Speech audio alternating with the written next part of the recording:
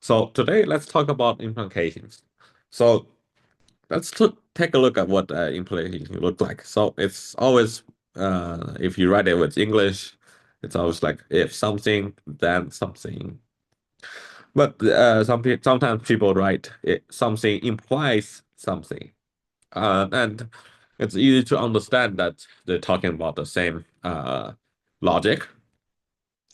And in math, we want to not have different symbol for this, so we just have one. So P implies Q. This means, or like if P then Q. So now you know how to convert between the math symbols and the English. Well, um, this concept seems intuitive enough. You might say you use it every day. You could say some stuff in your conversation like, if it's raining, then the ground is wet.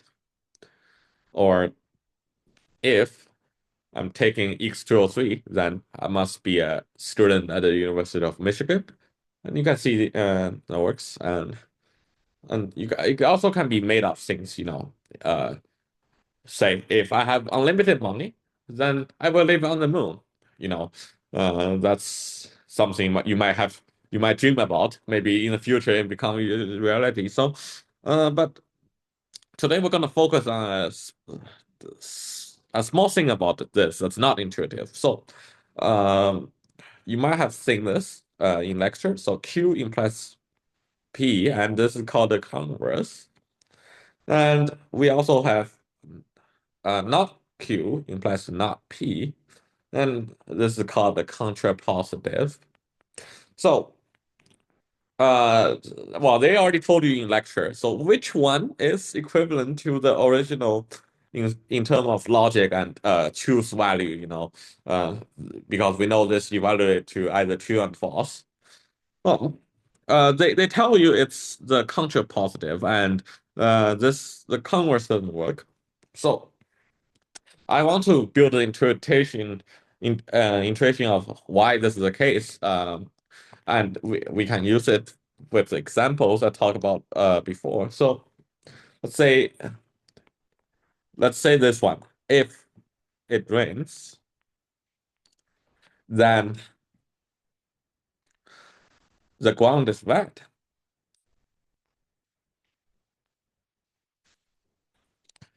Well, we can see that this is true. And we can just write the converse and the contrapositive as well. If the converse is if it's wet, then I mean the ground is wet, then it's raining. And the contrapositive is if the ground is not wet, then it's not raining.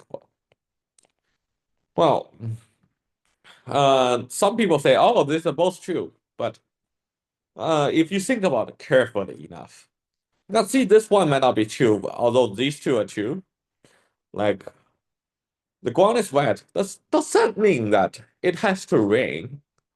You know, what if I just spray some water on the ground? Is the ground wet? Yeah, it is wet. Is it raining? Well, it's not raining. So you can see this one is false, while the other one is true. So and uh, this one, let's just go through it again. So if the ground is not wet, okay, it's dry. Then it's not raining. Sorry, I forget to write not, I guess.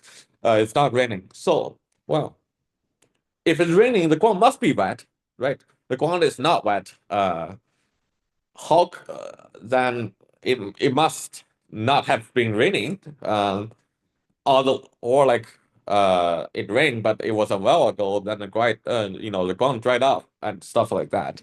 And you can tell that this one is true as far as the logic goes in real life. And this one you can just find a counter example of spraying water on the ground. So this evaluates to false. And you can analyze this more carefully with truth tables, but we're just trying to build an intuition here.